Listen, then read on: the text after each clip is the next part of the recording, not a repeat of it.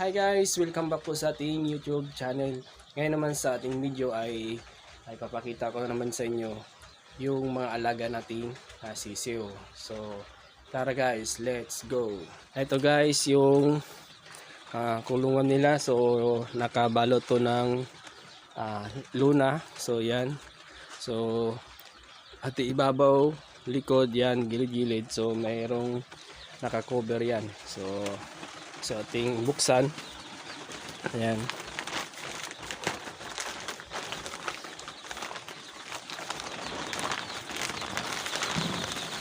So, yan. So, ito yung mga alaga nating decalb white. So, yung lahi nito ay decalb white. So, yan. So, ano to guys, unang araw nila to ngayon. So yan. So medyo malayo pa yung pinanggalingan nito. So galing pa to ng Cagayan de Oro City.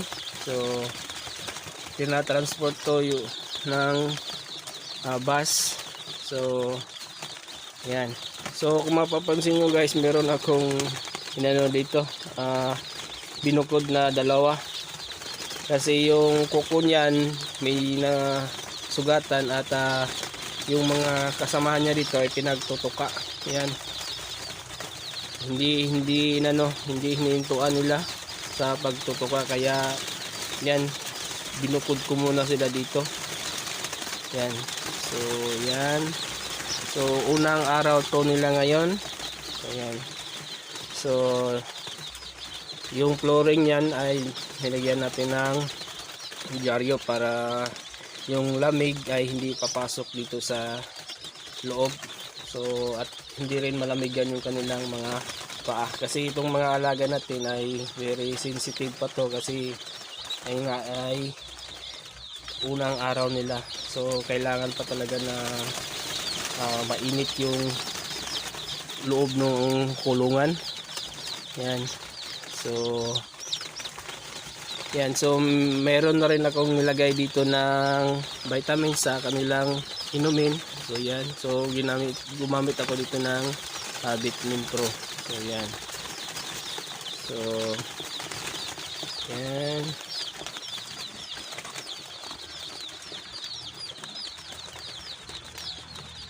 So unang araw ng ating mga alagang DOP. So yan. So yan naman yung ginawa nating DIY na kanilang patukaan. So yan. So hindi ko nilagay lahat yung kanilang patukaan kasi medyo ano na rin guys, medyo masikip. So yan. So yung iba kasi na pagkain ay nilalagay natin sa flooring, sinasabog ko. So yan. So may iba dito medyo ano na rin, medyo matamlay. So mayroon na ring namatay dito guys, 5 piraso yung namatay. Tagal kasi dumating yung ano na to yung sisiw. Ayan. Kaya at dumating na rin pananghali, medyo pananghalian na, kaya mainit na, kaya lalong stress yung ano natin, yung mga sisiw. So yan, so yan.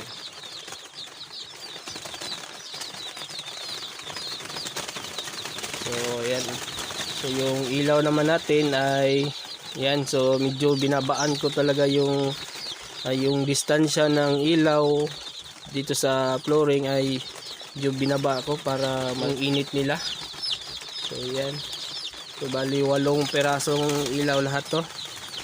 So yan, at bawat ilaw ay tig 25 watts.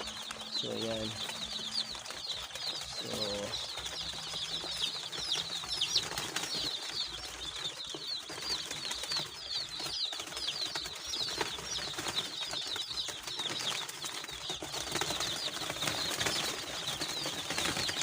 ano na natin to. Sabihin na natin. So dito muna natin yan.